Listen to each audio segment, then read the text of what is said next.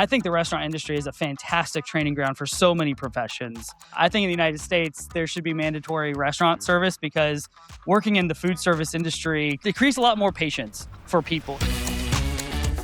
Increasing food costs are really killing our brand. What do we do? The first thing that comes to my mind is at some point, you're running a business. You're going to need to make sure you stay profitable. You can't continue to eat rising food costs because I'm sure your margins are not very high. So you're going to need to make price adjustments. I feel like I'm working 80-hour weeks and burning out, but I worry if I step back, the restaurant will fall apart. Is running yourself ragged just part of the job in this industry, or have you seen restaurant owners actually find a healthier balance? You probably have a delegation problem. I would recommend to look around you at the team you have. Are those the right folks? If they are, then go trust them. Inventory is killing me. Either I'm out of stuff or throwing food away. Any simple way to fix this? I would start with, how are you tracking inventory today? And be really honest with yourself. Is it a good way you're tracking it, or are you just flying by the seat of your pants? And, look at different solutions that would fit your business. I'm curious your thoughts on AI. Where do you see the restaurant tech industry going in the next 10 years? Is it all about our AI overlords from here on out? Yes, all hail the AI overlords that will soon own all of us. No,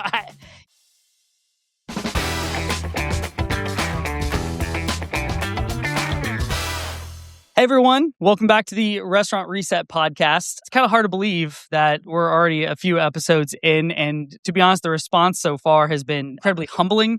I did not expect as much engagement as we've gotten so far, and all of the messages of people saying that they loved it. I really appreciate that because I didn't know what people would think.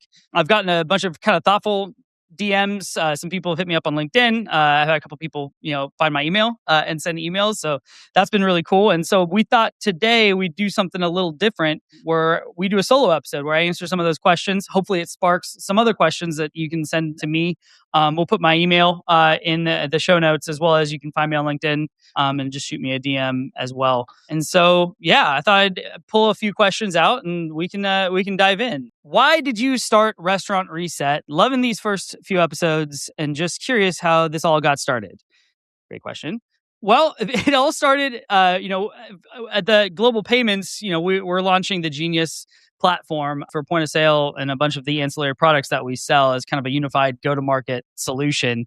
And the marketing team, had the idea of, hey, it'd be really cool to do industry-specific podcasts. Let's do one for retail and one for restaurant. And so they approached me. I had done a few episodes of a podcast for the company a couple of years ago during COVID. And they said, hey, this seems like it would be really cool. And it seems like there's an opportunity just to have real conversations and just make it useful for people. This isn't supposed to be some sort of sales vessel or, opportunity to talk about our company or product. It's really more just about the industry because it's such an interesting industry. It's one that is so full of emotion. So many different things go into it, not just technology, but people and process, and everyone loves food and drink. And that's one of the reasons why I'm in the industry. That's one of the reasons why all the people we talk to are in the industry, is the social aspect of what we're doing, the business aspect of what we're doing. It's such a fundamental piece of human community, this restaurant industry that we're in. And so that's kind of how it started. And the goal is that it would just be kind of raw and authentic. Like they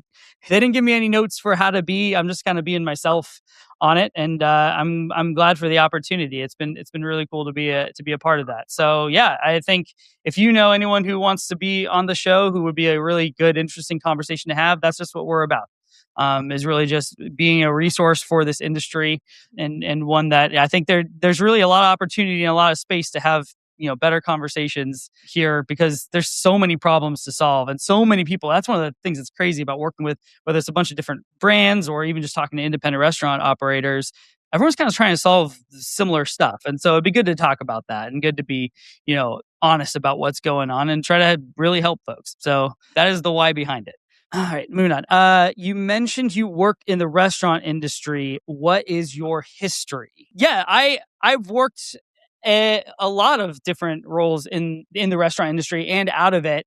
a little bit of my work history, in terms of restaurants, I started working in restaurants in college.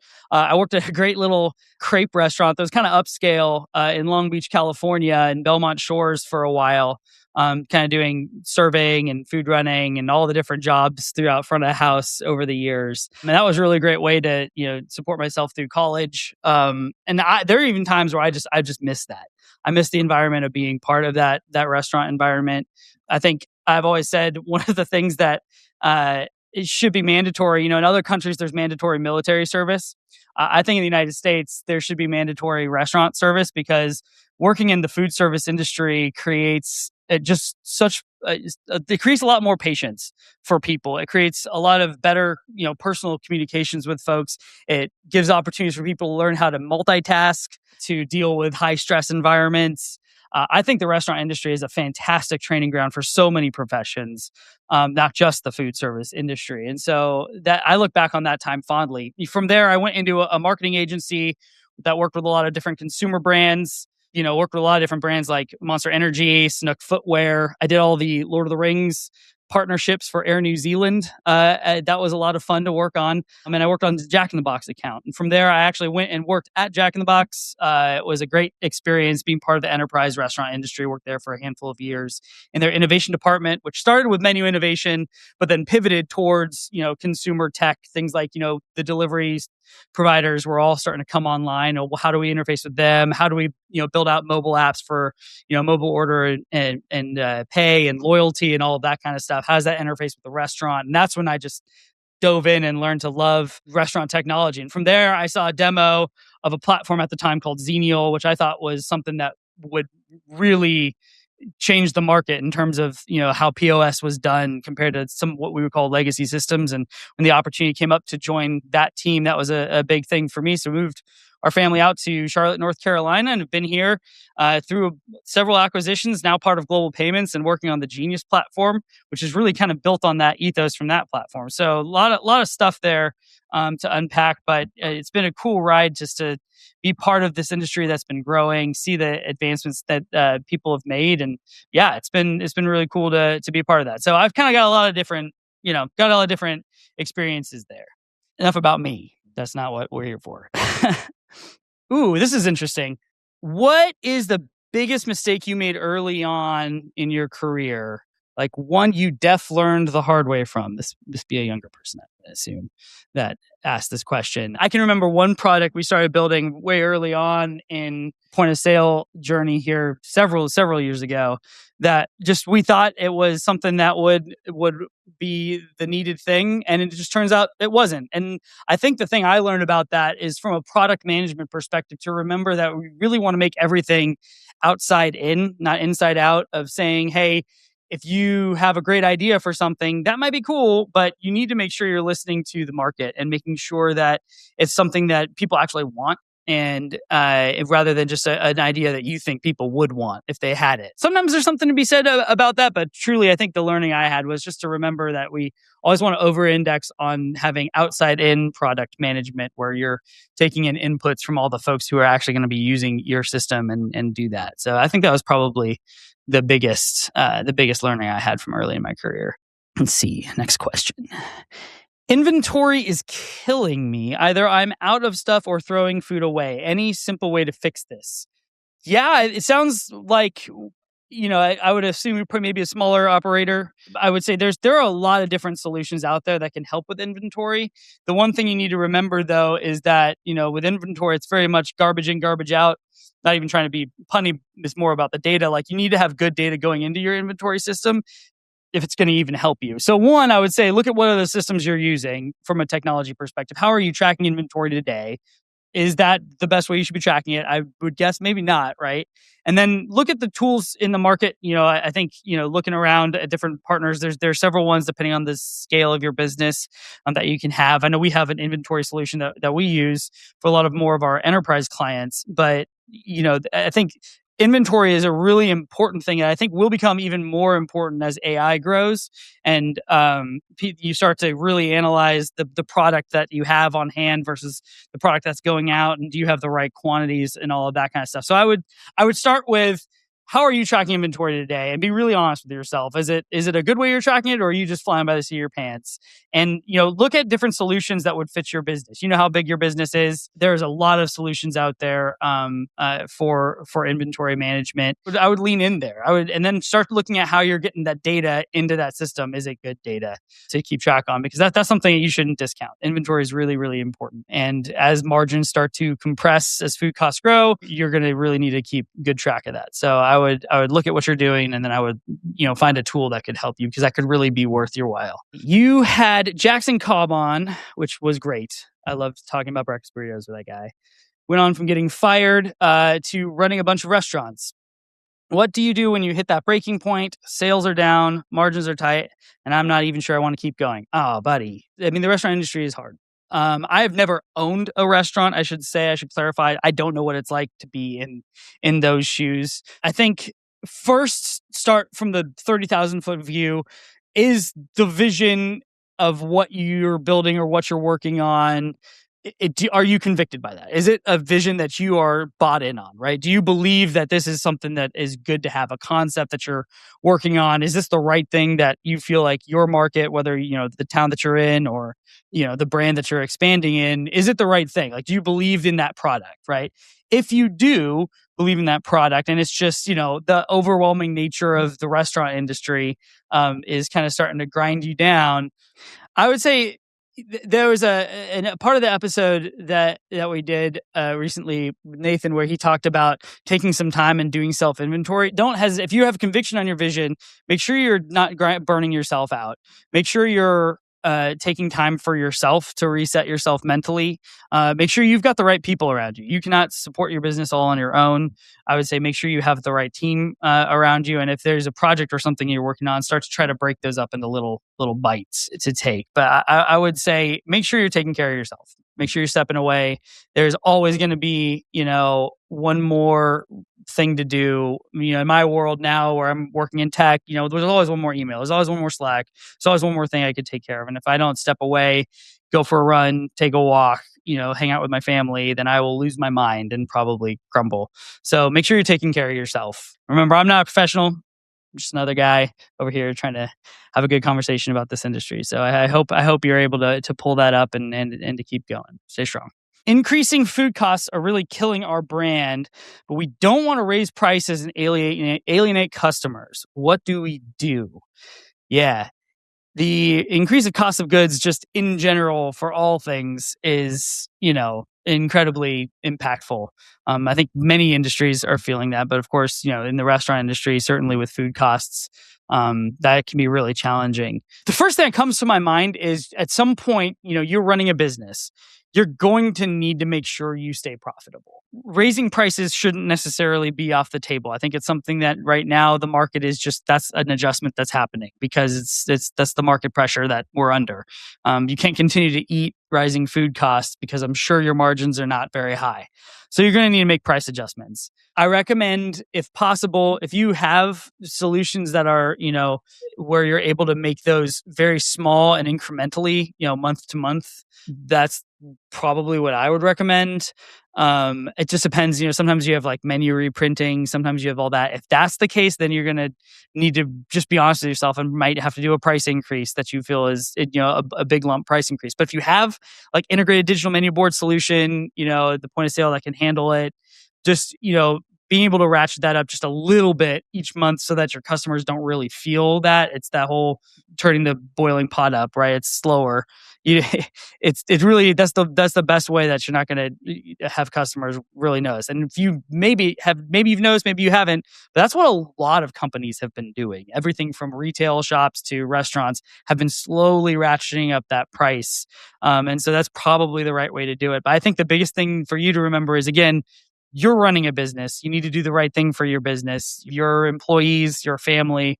And then sometimes that's going to come with raising prices, and you should be able to be okay with doing that and be able to explain why and be honest and transparent about it if people ask. right? And you're not trying to be a profit monger necessarily, right? There's a lot of pressures, a lot of externalities. They would say in economics, and food cost is one. So don't be afraid to do that. The right thing for your business. There are so many tech tools out there that it gets overwhelming. I'm juggling a POS, online ordering, third-party delivery tablets. Ooh, tablets. Maybe a loyalty app. Maybe. Just think about it, but also it sounds like a lot. Nothing talks to each other. That's a problem. If I want to connect the dots between my systems, where's the best place to start so all my tech actually works together instead of causing me headaches? Well, the good news is there are a lot of systems out there that do those things. Maybe there's a couple of folks that you find the parties that you want to work with for that. I think if you're at a place where you're thinking about that and you're actually thinking about your tech, that's not a bad place to be, because it means that you probably have your restaurant concept figured out.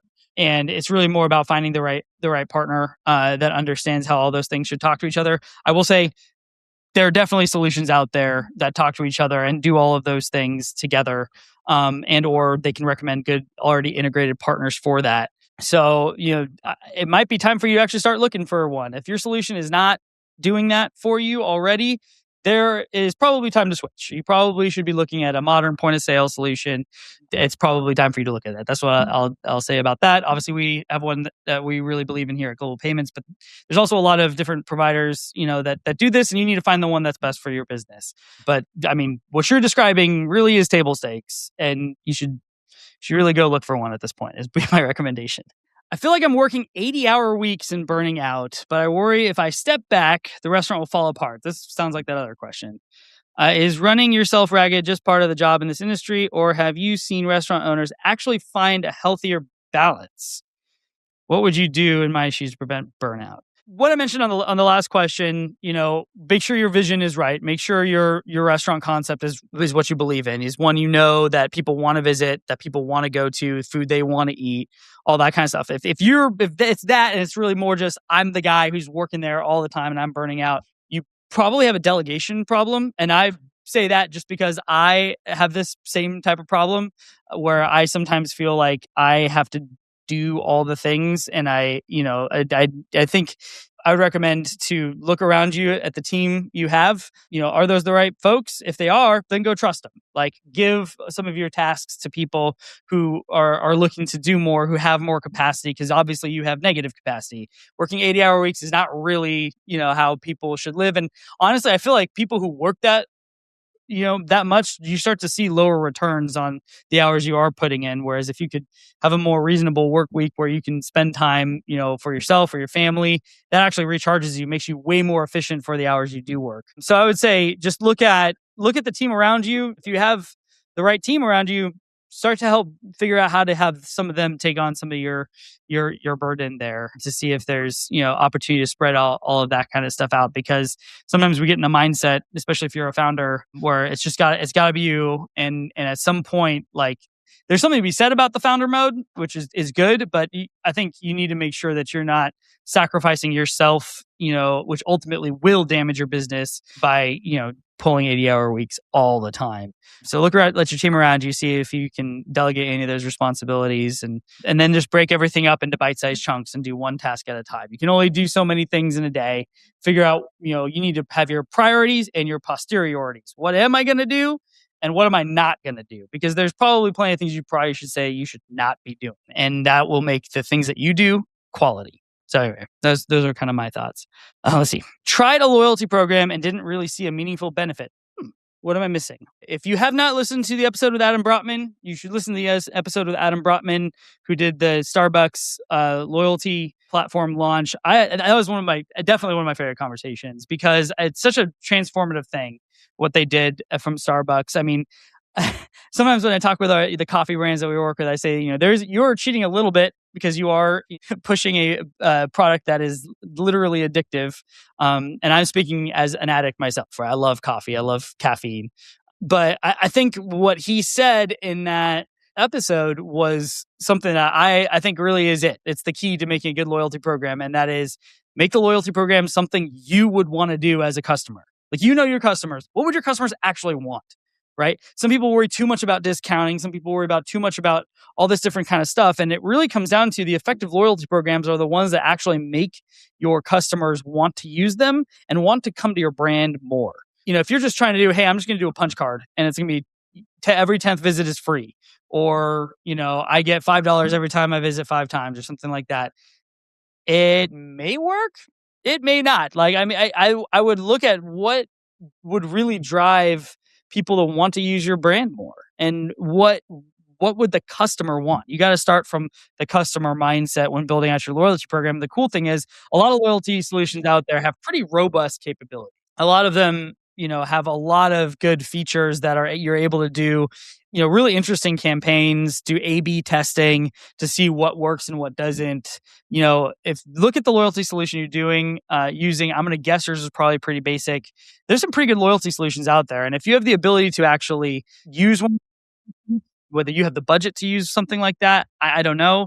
But there are a lot of good loyalty solutions out there on the market that can do some really sophisticated things. And so if you take the mindset of what would my customer want, and then go talk to find the solution that, can kind of make that vision come to life, that would be a really good place to start. Start from the customer. That's the biggest thing I could recommend when it comes to a loyalty program and being effective. Part of the tech challenge of scaling restaurants is the capital and cost of the systems we want to use. This sounds like more of an enterprise person. What have you seen brands that want to grow do? So if you're looking at a tech refresh, whether it's you're looking at a different point of sale system, a lot of partners are now starting to be able to, and this is something we do, so I guess I could speak from our context, is, looking at what you want to do holistically, especially if, like, as payments evolved in this equation, is hardware involved, is software involved, what are the levers that we can do to make that work? Are you working with a partner that could be, take away the capital investment up front and work that through payments? Is it something where you'd want to do bulk buys of hardware? I think this is one of those ones where you have to find, changing our systems is going to cost some kind of money, right? I think it's about finding the partner that's able to pull the different levers of what the commercials could look like on the deal to make it fit your business. If you have franchisees that are super cost conscious when it comes to the upfront spend, maybe there's something you can work out, on the back end or is there a way that, you have some folks who might want to just write a big check up front and, bulk buy hardware and then, have that be something that, works. It's really more about finding the levers with the partners that work is what I would say. I think a lot of people, sometimes people will go to like a PaaS model, like a platform as a service model, where they're able to, have the payments on the hardware and the software together, maybe bundled with payments. There's a lot of different ways you can slice and dice these days, especially for, brands that are able to come to market with, building in all of those solutions. Really, the more solutions you buy together, that's the challenge with people who try to like kind of piecemeal each partner solution together, where we have this different POS and then this different back office and this different kitchen, and now I have all these people over here for payments, and then I'm going to work with this digital menu board company and I'm expecting all those people to live together. I used to be on the client side and manage vendor relations. It's really challenging, the overhead to manage all those different relationships. And so as much as you can to find that consolidation, as it's appropriate for your business, right? You definitely want to make sure you're doing your business your way. You should try to do, because then it becomes the negotiating power of, the commercials and being able to select what works for your business. So I think that would be what I would recommend, is work with a partner that's able to be flexible like that and understand your needs and then put something together that works for you and your business and that works for them as well, because they're also running a business. So yeah, good question. All right. And we're going to end on this question here because it's about all the time we have. This is fun. You can't get away from this topic these days. I'm curious your thoughts on AI. Where do you see the restaurant tech industry going in the next 10 years? Is it all about our AI overlords from here on out? Great. Yes, all hail the AI overlords that will soon own all of us. No, I still think this industry is figuring it out. I think we can all imagine a lot of the initial applications of AI, right? Whether it's helping with reporting analytics, whether it's helping build out menus, whether it's helping find like data trends in your product mix, whether it's, hey, I'm on, like, speeding up onboarding of restaurants, I think is going to be a big thing. And that is from single store to thousands of stores. I think the onboarding of things with AI in the future as tools start to build that in is really going to be a big thing. But I do also think that there's a lot of stuff still figuring it out. Like voice AI in the drive-through is certainly very interesting. We've seen, some concepts, be testing that out with pretty good success. So, I think you need to be thinking about it. I think you need to have vendors that are thinking about it. I know in my world, we're certainly thinking about it in every aspect. As one of the guys in our team like to say, we can get AI all over us. But I think there is still a find out period that's going to be happening. And I'm excited to see where it goes. It's certainly not going to leave. I mean, there's the whole thoughts of like, are we in an AI bubble? I don't know whether we're in a bubble or not. I think will remain to be seen. But like any major tech change, whether it was the loom or the steam engine or the internet, I think AI is a big one like that. And I think it's something that we need to take seriously, but I don't ascribe to the whole, the future is the Terminator future of them running us. I more think this is going to be another tool that we're going to use that will change the way we work, change the way we do business, but ultimately will remain a tool that we get to use. And it's going to be about how do we use that more efficiently. It's still, really early days. And if you think about it, I'm sure in 10 years, you asked about 10 years, 10 years is forever in the technology industry with Moore's law, right?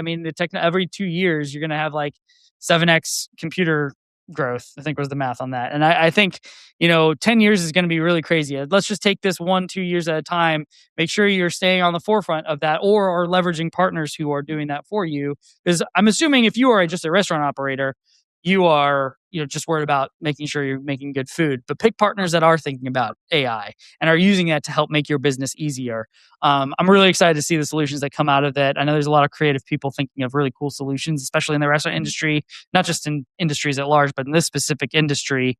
There's some really cool stuff that people come up with. I've seen a few demos of different things that are really interesting. I've seen a few things that, POCs that our teams are working on that are really cool. So I'm really excited to see where this goes. I guess, where do I see restaurant tech industry going in the next 10 years? I imagine it being a lot easier to use technology in the future, which means that customers visiting restaurants will start to feel a lot more seamless in the way that they see and experience technology in the restaurant. It'll feel a lot more natural. And people who work in restaurants, especially if you're in a mid-market or enterprise brand, I bet there's going to be a lot easier, more robust tools that you're finding. And also, if you're a single store operator, I think there's going to be suddenly tools and experiences that you never thought you would have. That major brands have had, teams of dozens of people doing analysis, work that you might have at your fingertips now. It's going to be wild, and I'm pretty excited for where it's going to go for sure. All right, that is all the time for the questions that we have today. Thank you so much to everyone who sent one in, and for all of you listening to the show. It means a ton to me. I hope this is something you find value in. I hope we can keep this conversation going. So if you enjoyed this format, let me know. Send your questions in anytime, and we might do this again. Until next time, keep innovating, keep adapting, and I will catch you on the next episode of Restaurant Reset. Restaurant Reset is sponsored by Genius for Restaurants, the modern point-of-sale system from Global Payments. Genius helps you reach your most important goals, whether that's simplifying your operations, speeding up your checkouts and table turns, easily expanding into new locations, or building loyalty with guests. To find out more, visit globalpayments.com/genius.